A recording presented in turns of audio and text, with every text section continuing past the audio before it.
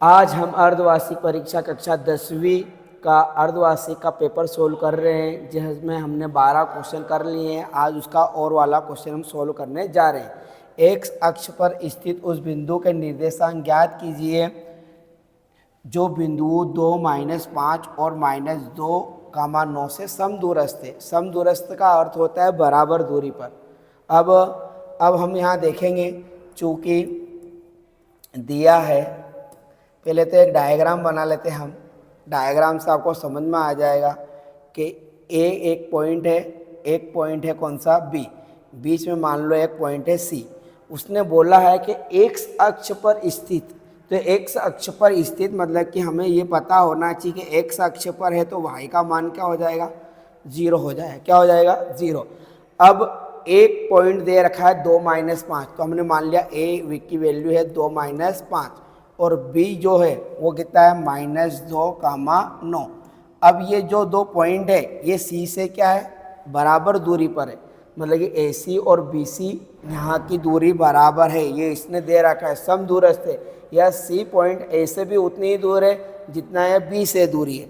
अब इस बिंदु के हमको निर्देशांक ज्ञात करना है सी वाले के, तो हमको पता होना चाहिए दूरी का सूत्र। क्या पता होना चाहिए, दूरी का सूत्र x2 - x1 का whole square plus y2 - y1 का होल स्क्वायर अंडर रूट के अंदर। तो अब यहाँ लिखेंगे हम, चूँकि दिया है, क्या लिखेंगे, AC बराबर क्या लिखेंगे अपन, BC। यह हमको दे रखा है कि दोनों के बिंदु की दूरी क्या है, बराबर, यह समदूरस्थ है। मैं यहाँ पर दोनों पक्षों का क्या कर लेता हूँ, वर्ग, ताकि वर्ग दोनों पक्षों का वर्ग करने से क्या होगा, रूट कैंसिल हो जाएगा। क्या हो जाएगा, रूट कैंसिल। तो ये बन जाएगा AC का वर्ग और ये बन जाएगा BC का वर्ग।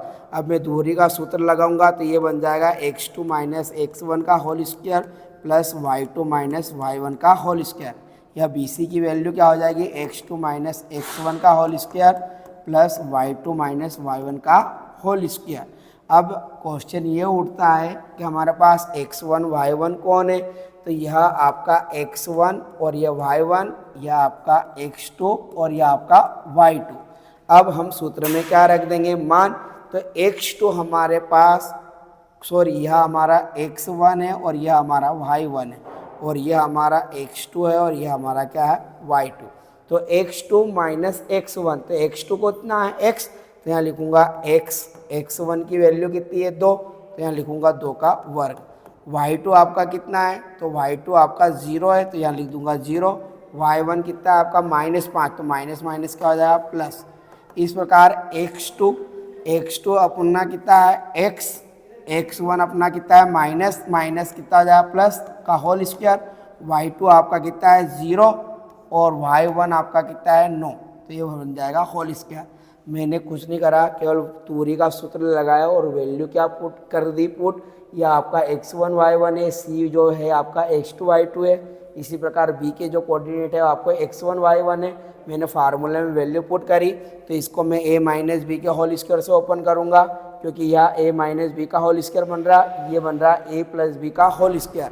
अब आपको a - b और a + b का होल स्क्वायर का सूत्र पता होना चाहिए, तो ये बनेगा x का स्क्वायर, a स्क्वायर, 2 का वर्ग करूँगा तो 4, फार्मूला में आता है 2ab, तो 2 का 2 में करूँगा तो कितना जाएगा, 4x, 5 का वर्ग कितना आता है, 25।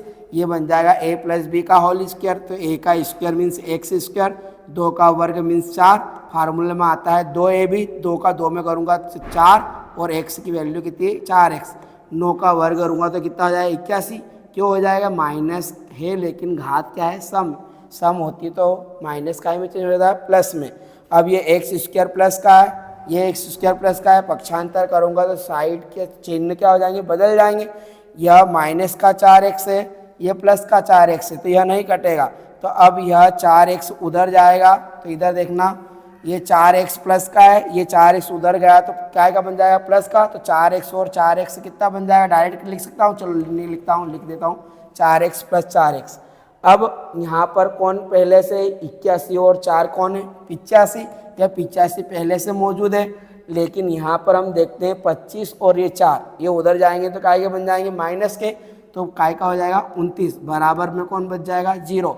4x और 4x कितना हो जाएगा, 8x, 25 में से 29 घटाओ आप, तो 85 में से 30 गया तो 55 बचा, 55 में से एक ज़्यादा जोड़ दो क्योंकि हमने एक ज़्यादा कम कर दिया था, तो बच जाएगा 56, बराबर कितना आ जाएगा 0। जब मैं x की वैल्यू निकालूंगा तो यह 56 उधर जाएगा तो माइनस का हो जाएगा, और 8 से 56 को काटूंगा तो कितना बचेगा 8 सत्ती 56, 8 7 जा 56। तो x की वैल्यू हमारे पास कितनी आ गई -7, तो यहाँ लिखूंगा -7, और y की वैल्यू क्या होगी 0, क्योंकि x अक्ष पर स्थित है, तो x अक्ष पर y का मान क्या हो जाएगा 0।